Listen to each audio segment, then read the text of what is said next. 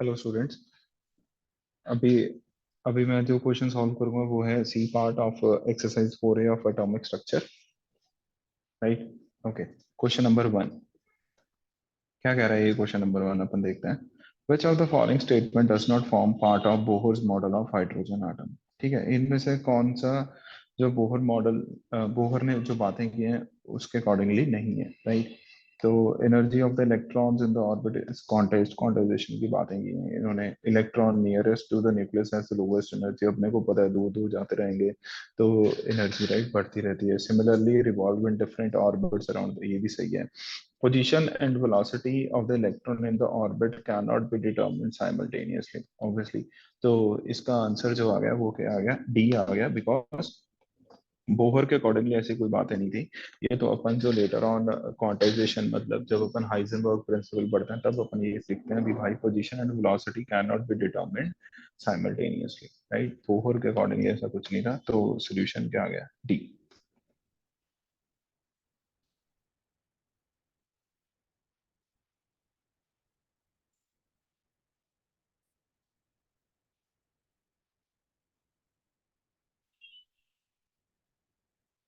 Question number 2।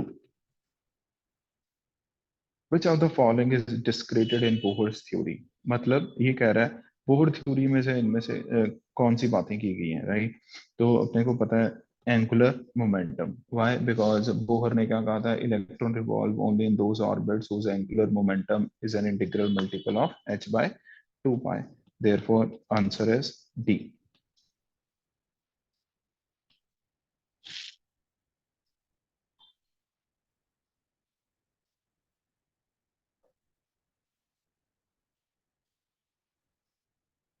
Question number 3। What is the ratio of time periods t1 by t2? Okay, time period की बातें कर रहा है in second orbit of hydrogen atom to third orbit of helium ion. Okay. तो ये कह रहा है भी भाई T1 जो है इट इज द, लाइक अपन ये देख लेते हैं सोल्यूशन। लिखते हैं पहले, तो अपन देखते हैं गिवन क्या क्या है। अपने को जो रेशियो कैलकुलेट करना है वो T1 by T2 है, वे T1 is the time period and T2 is also the time period. जो T1 टाइम पीरियड है वो किसके रिगार्डिंग है? हाइड्रोजन आटम के रिगार्डिंग है। ओके। हाइड्रोजन आटम है तो अपन क्या लिख सकते हैं? देयरफॉर z का वैल्यू इक्वल टू 1। और कौन सा ऑर्बिट है हाइड्रोजन आटम का? सेकंड ऑर्बिट है। तो इसके लिए लेट्स सपोज मैं n का जो वैल्यू है वो क्या होएगा फिर? इसको n1 मान लेता हूँ। लेट्स सपोज इसको n1 माना तो इसका वैल्यू कितना हो गया? 2। ठीक है। और जो T2 टाइम पीरियड है वो किसके रिगार्डिंग बातें कर रहा है? ये हीलियम प्लस आयन के रिगार्डिंग बातें कर रहा है। हीलियम प्लस आयन आ गया तो z का वैल्यू क्या आ गया अपना? 2 आ गया। और इसका कौन सा ऑर्बिट है? थर्ड ऑर्बिट है। तो अगर थर्ड ऑर्बिट है तो N2 मान लिया मैंने, तो इसको कितना मान लिया? 3। राइट। ठीक है। फिर इन दोनों का रेशियो ढूंढना है। अपने को क्या पता है? टाइम पीरियड क्या होता है? 2 πr divided by velocity.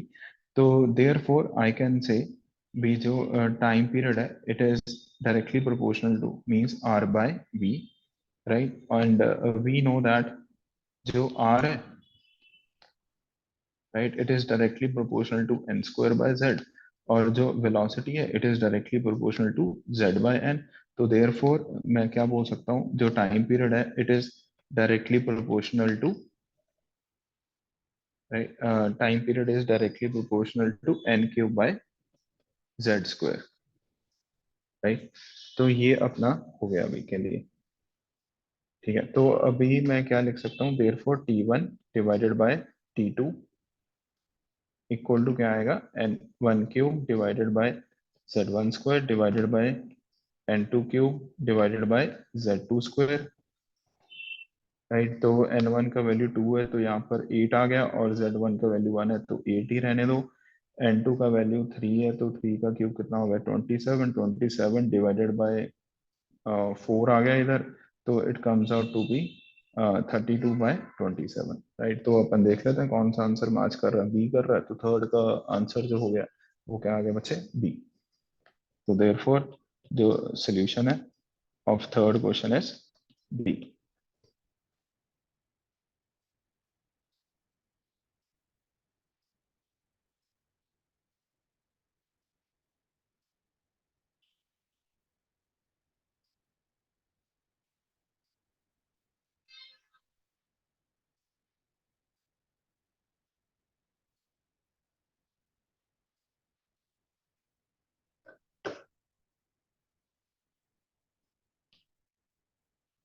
Fourth question,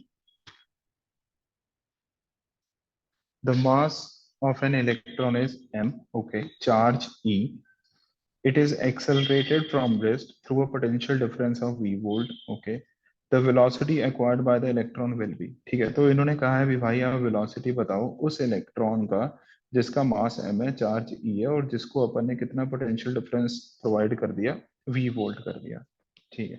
तो अपने को क्या पता है, जो काइनेटिक एनर्जी होती है वो क्या होती है, ई टाइम्स ऑफ कितना पोटेंशियल डिफरेंस है उसको मतलब एक्सेलरेट किया, तो E times of V, and we also know that kinetic energy is equals to half times of mass of the substance into velocity square, इसको v square ले लिया, तो therefore what is the value of velocity, it is equals to under root of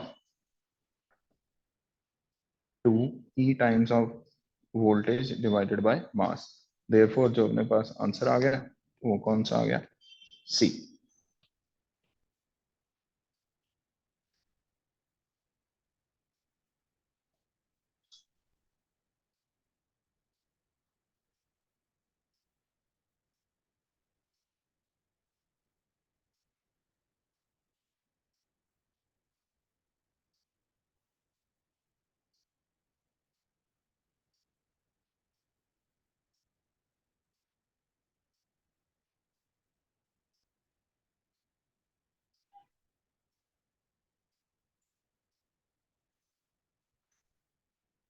question number 5, the energy of the second Bohr orbit in the hydrogen atom is इतना, okay, the energy of the second Bohr orbit of helium ion would be, like अब इस question को करने के लिए दो method अपने पास, एक तो अपन directly we can write the formula energy is equals to -13.6 right into Z square by N square, तो उससे ही अपन कैलकुलेट करेंगे। और सेकंड इज बेसिकली जो अपने को गिवन है वो रेशियो मेथड होता है, तो अपन रेशियो मेथड से भी कर सकते हैं, ठीक है। तो इस क्वेश्चन का जो पर्पस है वो रेशियो मेथड ही था बेसिकली, तो जो पूछने वाला था, ठीक है। तो कोई भी किसी से भी कर दो, तो अपन रेशियो मेथड से करते हैं। लेट E1 जो है it is the energy related to what, hydrogen atom, and E2 is the energy which is related to helium plus ion, right, having Z का वैल्यू 2, और इसके लिए जो अपन ऑर्बिट है वो N2 है which is equal to second Bohr orbit, इसके लिए जो बोहर ऑर्बिट है वो भी क्या है, सेकंड ही है, ये भी सही हो गया। एंड वी नो दैट जो एनर्जी होता है it is directly proportional to Z square by N square, right, तो therefore I can write E2 divided by E1। अब जो वैल्यू फाइंड आउट करनी होती है ना उसको हमेशा न्यूमरेटर में रखो, मतलब मैं इसको E1 बाई E2 भी लिख सकता था, तो बेटर क्या है अभी जो पहले फाइंड आउट करना उसको न्यूमरेटर में रखो, तो E2 bye E1 equal to क्या हो जाएगा अपना Z2 square by N2 square divided by Z1 square divided bye N1 square, तो Z का वैल्यू कितना आ गया, ये 4 डिवाइडेड बाय 4 हो गया, एंड सिमिलरली Z1 का जो वैल्यू है वो अपना 1 है, और इधर कितना आ गया 4 आ गया, तो it comes out to be, answer आ गया 4, तो therefore E2 is equals to 4 times of E1 which is equals to, अगर अपन 4 टाइम्स करेंगे तो इसका जो आंसर है वो कितना आ गया -13.64 इलेक्ट्रॉन वोल्ट, तो therefore the solution is B.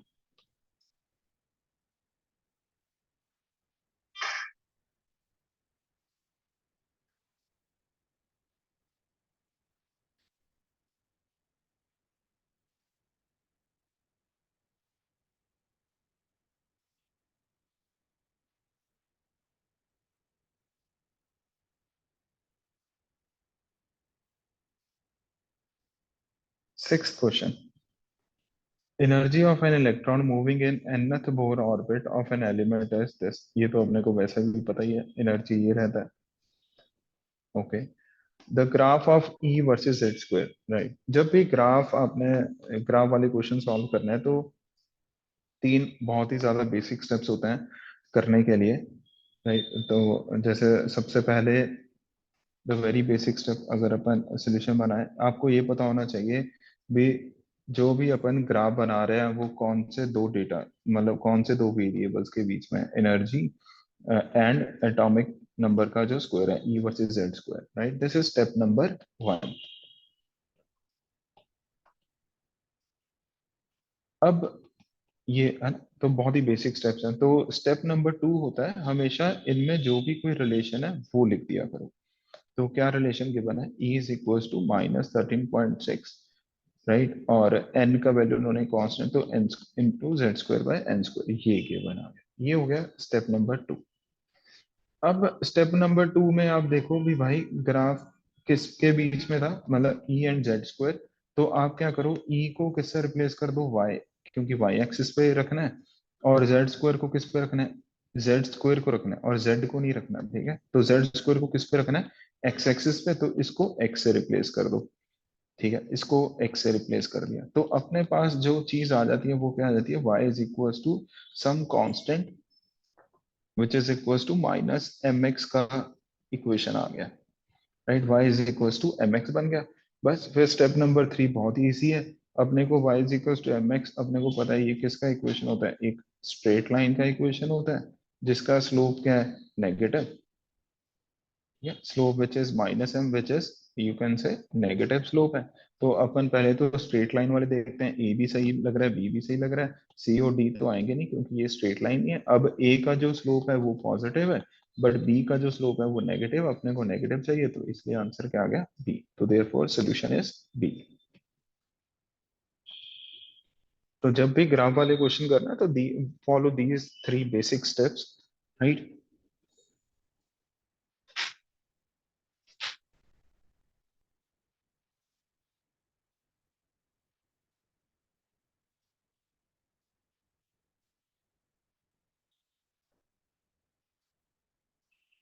Question number 7,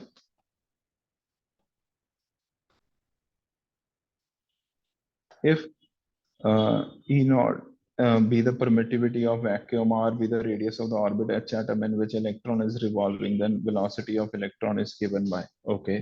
तो इसमें जो एग्जामिनर कह रहा है वो कह रहा है भी भाई वेलोसिटी ढूंढो इलेक्ट्रॉन का। ये अपन ने परमिटिविटी एप्सिलॉन नॉट ये सब पढ़ा हुआ है, राइट। तो अपन उसके टर्म्स में कैसे फाइंड आउट करते हैं, एक तो होता है फॉर्मूला सीधा लगा दिया 2.188 इंटू 10⁻⁶, वो नहीं लगाना है, आपको एप्सिलॉन नॉट इनके टर्म्स में कैलकुलेट करना है।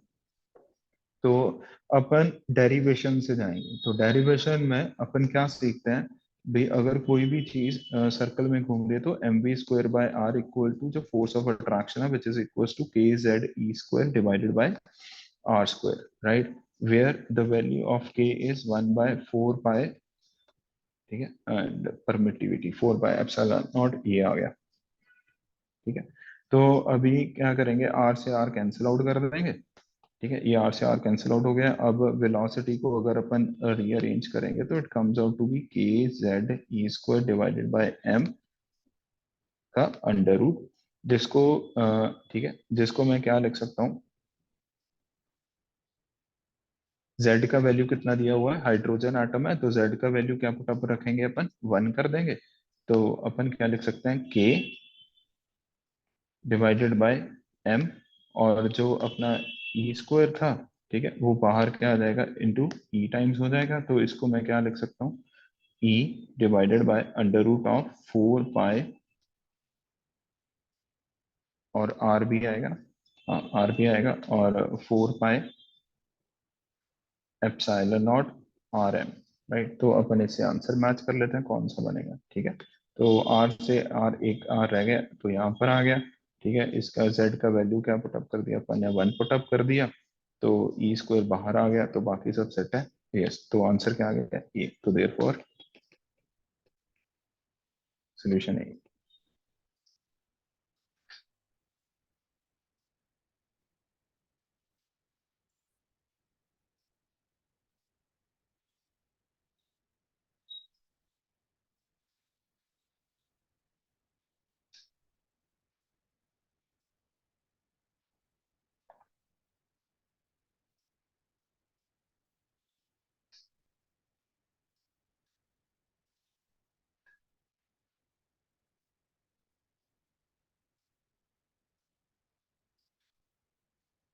Eighth question. Which graph shows the energy E of a photon of light is related to its wavelength, right? ठीक है, तो वही अगर जब भी ग्राफ वाले क्वेश्चंस आना है तो follow the three basic steps. Step number one, पहला भी किसके बीच में अपने को एक ग्राफ बनाना है, ई वर्सेस लैम्डा, ठीक है। Then write the step number two, which is भी इनमें क्या रिलेशन, अपने को क्या पता है, E is equals to h c by lambda, where h is a constant value, c is also constant value. अब E हमें वाई एक्सेस पे चाहिए और जो लेमडा है वो हमें कौन सी एक्सेस पे चाहिए, एक्स एक्सेस पे, ठीक है। तो स्टेप नंबर थ्री अपन क्या लिख देंगे भाई, y is equals to some constant divided by x which comes out to be x y equals to some m, और you can say some constant. तो जब भी x y equals to constant होता है तो जो ग्राफ बनता है वो पक्का ही क्या होता है, रेक्टेंगुलर हाइपरबोला रहता है, ये अपन पढ़ते हैं, ठीक है। तो इनमें से अपन रेक्टेंगुलर हाइपरबोला देखना है, ये स्ट्रेट लाइन हो गया, ये पैराबोला हो गया, ये भी पैराबोला हो गया, तो आंसर क्या आ गया, डी। तो देयरफॉर सॉल्यूशन